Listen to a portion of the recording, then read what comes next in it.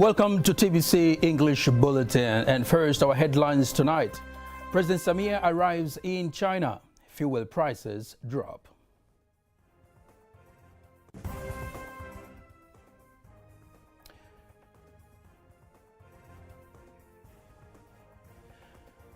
Just a reminder, you can also follow us live via our YouTube channel, TBConline, and also get all the latest news through our Instagram, Facebook, and Twitter pages, all at TBConline. President Samia Suluhu Hassan is in China for a 3-day state visit. This is her first visit in China since the re-election of President Xi Jinping by the Chinese Communist Party. The visit aims to strengthen the bilateral relations between Tanzania and China, focusing politics, economy, cultural, and international relations. While in China, President Samia will meet China's Prime Minister Li Keqiang and Speaker Li Zhanshu.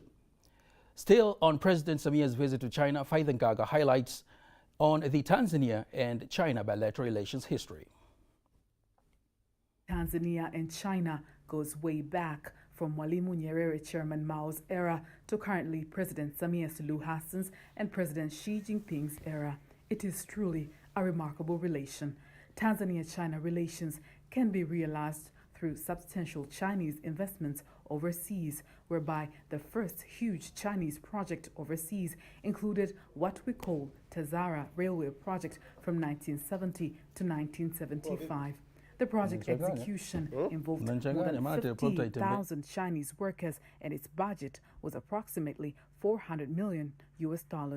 Following the opening of doors in the market economy, reform, and an open-up policy in the past 40 years, China has seen major industrial revolution and through socio-economic relations with Tanzania that led to establishment of Tanzania-China Friendship Textile Industry known as Rafiki.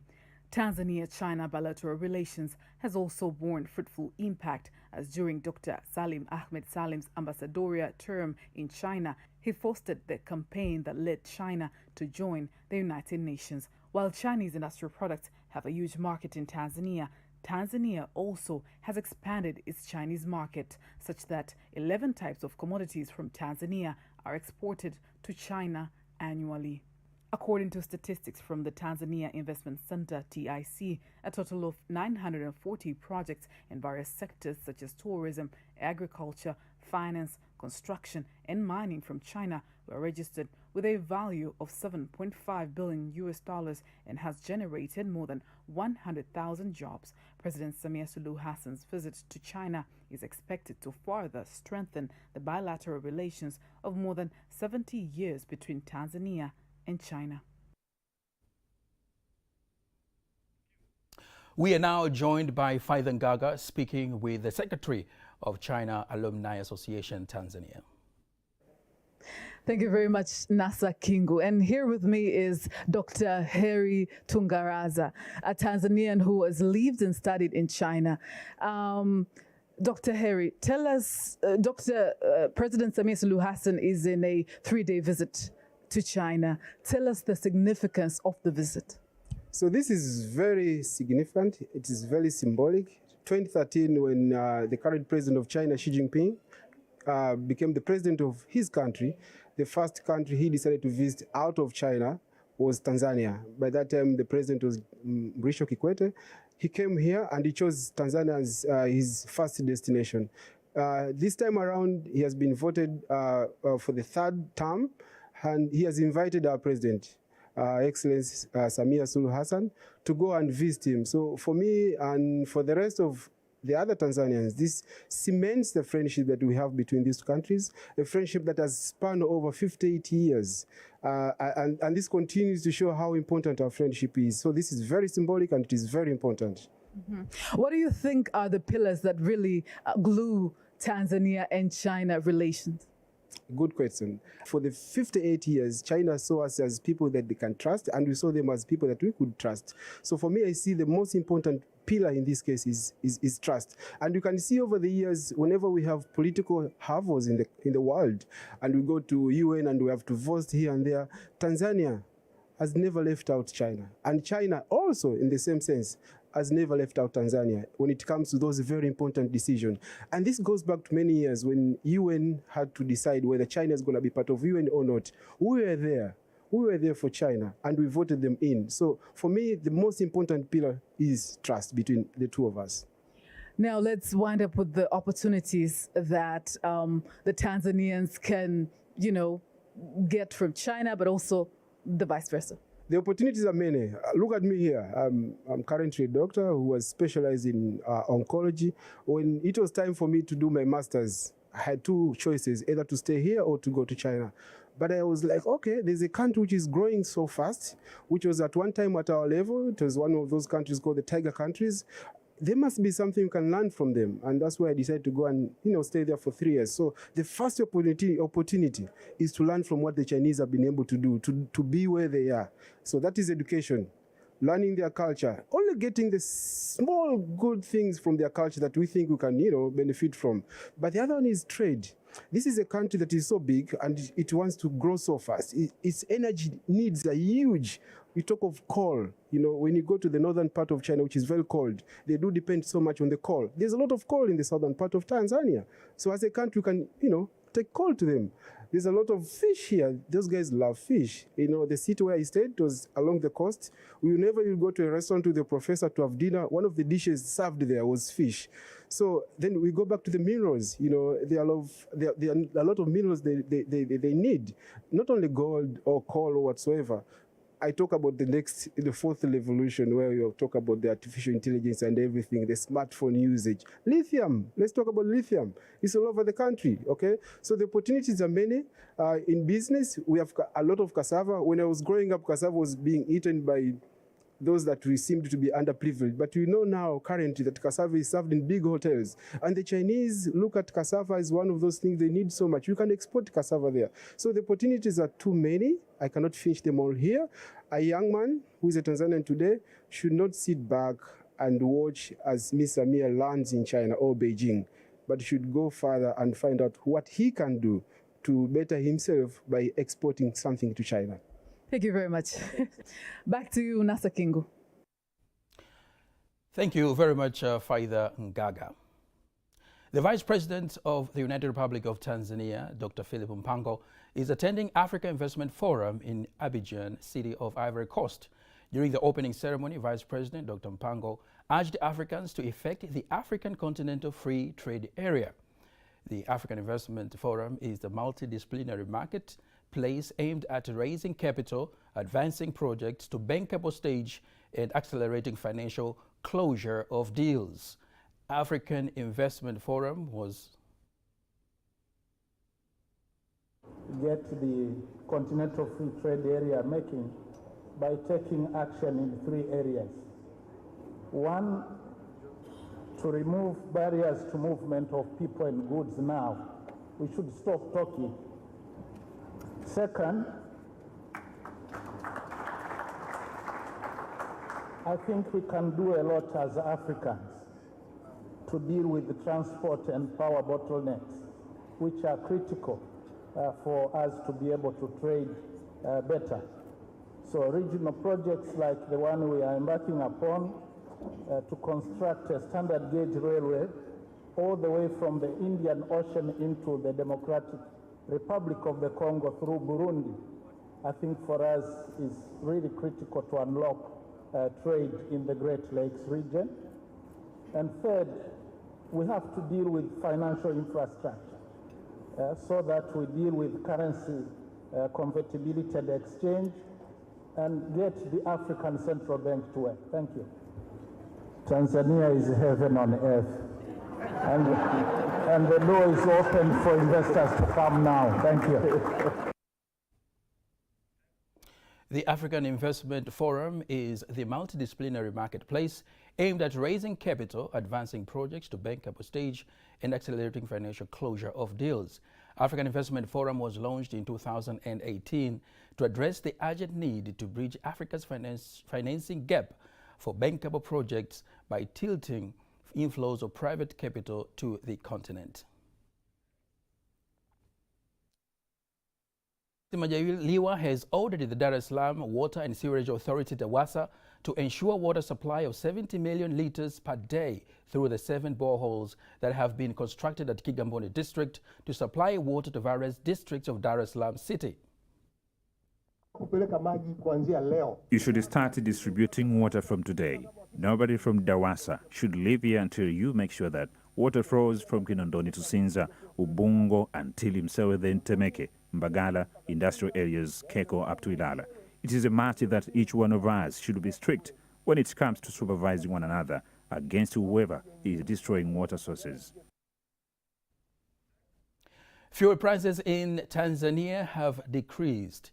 According to the monthly Cape price list released by Energy and Water Services Regulatory Authority, EWURA, diesel prices have dropped by 31 shillings from 3,058 to 3,052. Rehema Sebabili reports. At one of the suburbs of the city of Dar es Salaam, petroleum stations have projected the new prices announced earlier today. The cargo transporters appreciate the reduction in fuel pump price, but emphasize the small discounts that seem to have brought less to change in terms of economic worsening. We used to fill fuel worth 240,000 and the cargo fare used to be 550,000. But after the hike of fuel prices, we now fill fuel for 490,000 and the cargo fare is 650,000. So now you can see the decrease in fuel prices for 31 shilling is a bit small. Even if the price had gone down twice, as much would not have made sense business-wise. Our request is the price would have gone even more down. That would have given a relief to us, especially for us who are traveling to other regions. For example, going to Morogoro, we used it to fill fuel for 150,000, but now we fill for 220,000. We ask the fuel price to go even more down because the prices are still very high in transportation and running buses. The managing director of EWURA here explains the trend of oil prices in the world market, where we suspect skepticism in possible more hiking in oil prices. If you go to the world market trend and try to see what is happening, the trend is increasing. For example, for today, I just checked the Platts today, the percentage increase for diesel is almost 8%. And for the petrol, it is 3%. So it means the price is going up because of the announcement of the OPEC countries. However, it has been determined that the retail prices of petroleum oil at the port of Dar es Salaam would increase by 110 shillings per litre, but the government has provided a subsidy for change to occur in October 2022. Reporting from Dar es Salaam, Rehema Sebabili, TBC News. The head of the European Union in Tanzania, Ambassador Manfredo Fanti, says European Union commends steps taken by Tanzanian government on economic reforms, and Tanzania should expect more investors from Europe. In an exclusive interview I had with him in Dar es Salaam earlier, Mr. Fanti says he also welcomes the launch of TBC English News Bulletin. Well, I would say that the current economic diplomacy of Tanzania is extremely welcome. We have noticed that there is a new dynamism in this economic diplomacy. This is certainly one of the top priorities of the government. And our job here, among other issues, is also to try to attract European investors to Tanzania. So it's really a work that we are doing hand in hand with the government. For instance, we are preparing with the government now a very big European Union Tanzania Business Forum on 23rd and 24th of February next year. But it's not only the European Union. Tanzania is a big country with a lot of potential, and its diplomatic action in economy, also with other partners, is certainly very important. What do you have to say as today TBC is launching TBC News, English Bulletin, that will give international community and people like you to get to know what's going on in Tanzania? I think that communication is extremely important in our profession, and the opportunity to have a bulletin in English that will be broadcasted every night during the week is certainly something that will increase a lot your possibilities to reach out people, particularly the foreign community in Tanzania, and therefore businessmen, diplomats, etc. So I think that in the overall context of the policy of Tanzania to reach out to foreign partners and to develop economic diplomacy, this is a very welcome initiative. Well, I think that it would be important that you have the possibility of covering news about Tanzanian international actions and partnerships, because I think this is a side of Tanzanian story which is not necessarily well known. Anything else that you want to tell Tanzanians about European Union, or anything to do with the relation between Tanzania and your office? We are very pleased with the quality of the relations between Tanzania and European Union. We are working a lot together. We had last week a high-level visit from Brussels of the Commissioner for International Partnerships, and we are really committed to that. We want to see more of Tanzania in Europe, and we want to see more of Europe in Tanzania. So I really wish you good luck with this new initiative, and we will follow it closely. Mr. Fonte, thank you very much. You're welcome. Tanzania records the highest number of buffaloes in Africa. The new Wildlife Census report of 2022 reveals that Tanzania has a total of 191,805 buffaloes. Gloria Michael reports. Wildlife Census report reveals that due to strengthened joint conservation efforts, the number of buffaloes in Tanzania have increased. The research meant to identify the number, location, and rationing of the wildlife recorded a total number of 191,805 buffaloes in Tanzania. According to the report, buffaloes rationing shows that there are 69,075 buffaloes in Serengeti ecosystem. 66,546 buffaloes are found in Nyerere Selu Mikumi ecosystem, while Katavi Rukwa ecosystem has a total of 36,273 buffaloes, and Ruaha Rungwa ecosystem records 20,911 buffaloes. The buffaloes increase is a sign of improved human-wildlife relations and accounts for 64% growth since 2018. Also, the report shows that there is an increase of roan antelopes from 1,436 antelopes in 2018 to 3,127 roan antelopes in 2021 from the Ruaha Rungwa ecosystem. The findings also have seen commendable anti-poaching results, with improved elephants number from 12% carcass in 2018 to 3% carcass in 2021. The new Wildlife Census report of 2022 is the outcome of the Wildlife Census research conducted in 2021. Gloria Michael, TBC. Thank you very much, Gloria Michael, for that report. It's time now to get all the latest in international news with Nyambona Masamba.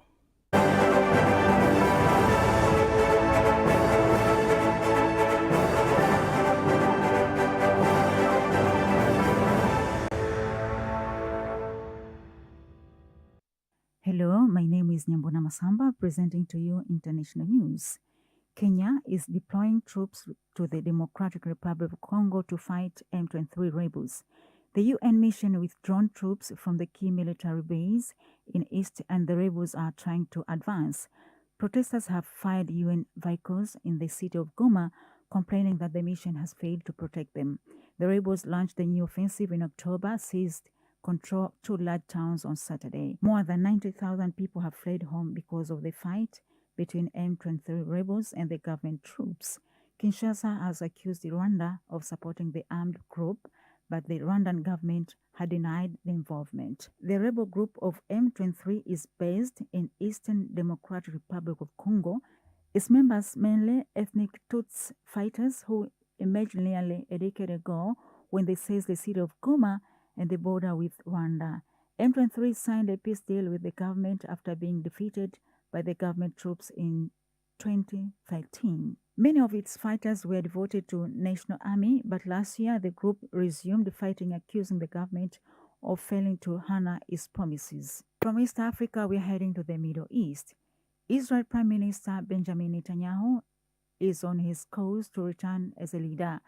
With almost all ballots counted on Tuesday's election, with right-wing bloc is set to secure a clear majority. Netanyahu is the long-serving prime minister and has been advocate for the last 16 months. From the Middle East to Far Asia, thousands of people have been gathering for rallies in Sri Lanka capital to protest against its economic crisis.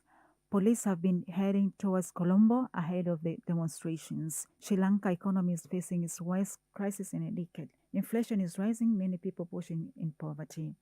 Protesters have been trekking on the streets regularly over past months as crisis worsen. Police in Sri Lanka have been confronting protesters violently in the last few weeks. Now in Korea Peninsula, North Korea has fired at least 23 missiles on the waters of its coast, the largest number in a single day this year. It also fired 100 artillery showers in the southern border. South Korea responded by condemning the action and launched missiles of its own. At last, Europe. Russia has agreed to allow Ukraine to export grain through Black Sea to Turkey. Moscow says it will guarantee the safety of the shipments. The deal was blocked by UN and Turkey. Moscow pulled out on Saturday, accused Ukraine of drone attacks on its fleets on Black Sea. Since the pact was signed in July, more than 406 ships have left Ukraine with 10 million tons of grain. Moscow has been blockading key Black Sea ports before deal was signed. And that marks the end of the news bulletin for tonight. I am Nasa Kingu. Catch us again tomorrow, same time, same place, where we're going to be back again with all the latest from local, international, and sports news. Good night.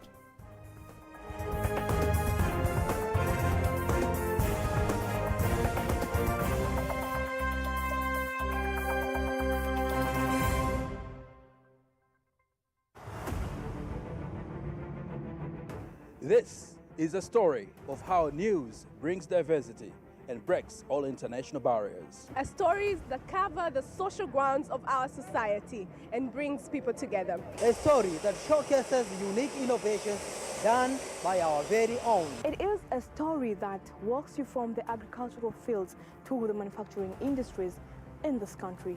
This is the story that tells the habitat of Tanzania. This is a story that will bring the market to the comfort of your screen. It is a story that will take you on a sports field. A story that will embark sparks and bring impactful information. And if you're wondering where this story will take place, worry not. This story will be brought right here on your TVC screens, right here on TBC News, every Monday to Friday from 10 p.m. to 10:30 p.m.